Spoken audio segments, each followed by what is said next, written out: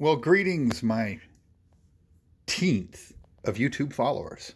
Just a very quick update today on the HP Barney Oliver amplifier. It's been running great.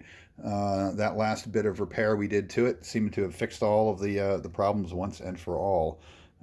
We did actually wind up losing another rail voltage and having to replace another blown transistor that was here on the filter board, and it was pulling one of the rails to ground.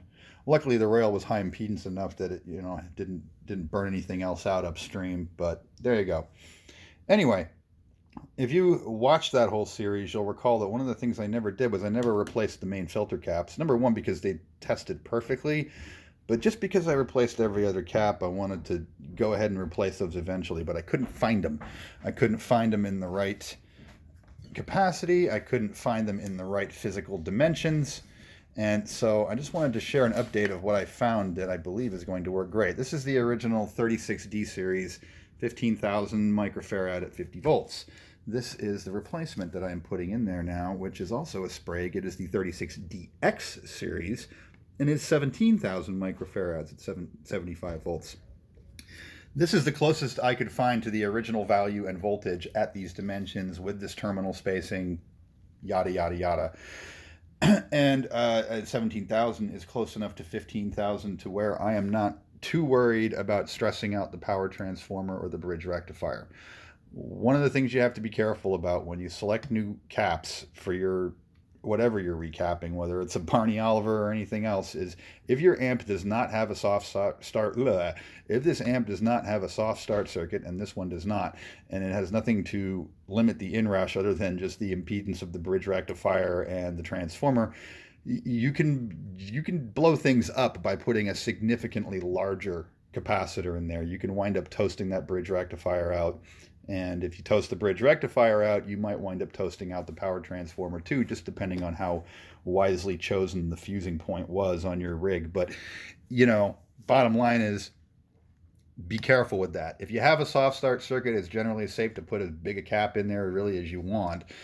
But without it, you really running the risk. So anyway, to conclude, if you're recapping the Barney Oliver, I think your best bet for the main filters are going to be these 36DX series 17,000 at 75.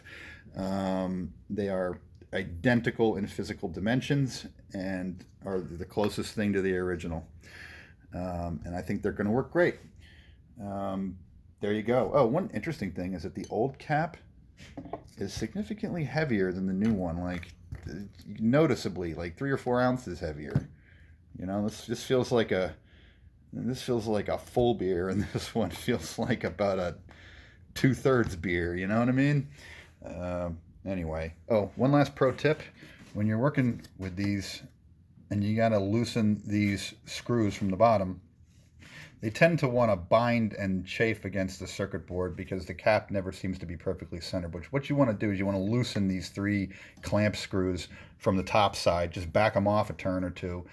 To get the cap loose, so that when you take those screws off from underneath, the cap isn't forcing the screws to scrape along the inside of the circuit board. The circuit board will thank you for doing that, and you'll get the cap much more nicely centered on that circuit board when you reinstall the new cap. Well, there you go. I think that is probably about it for the Barney Oliver, but this thing, as soon as I say that, something else will come up, so if it does, I'll be sure to let you know.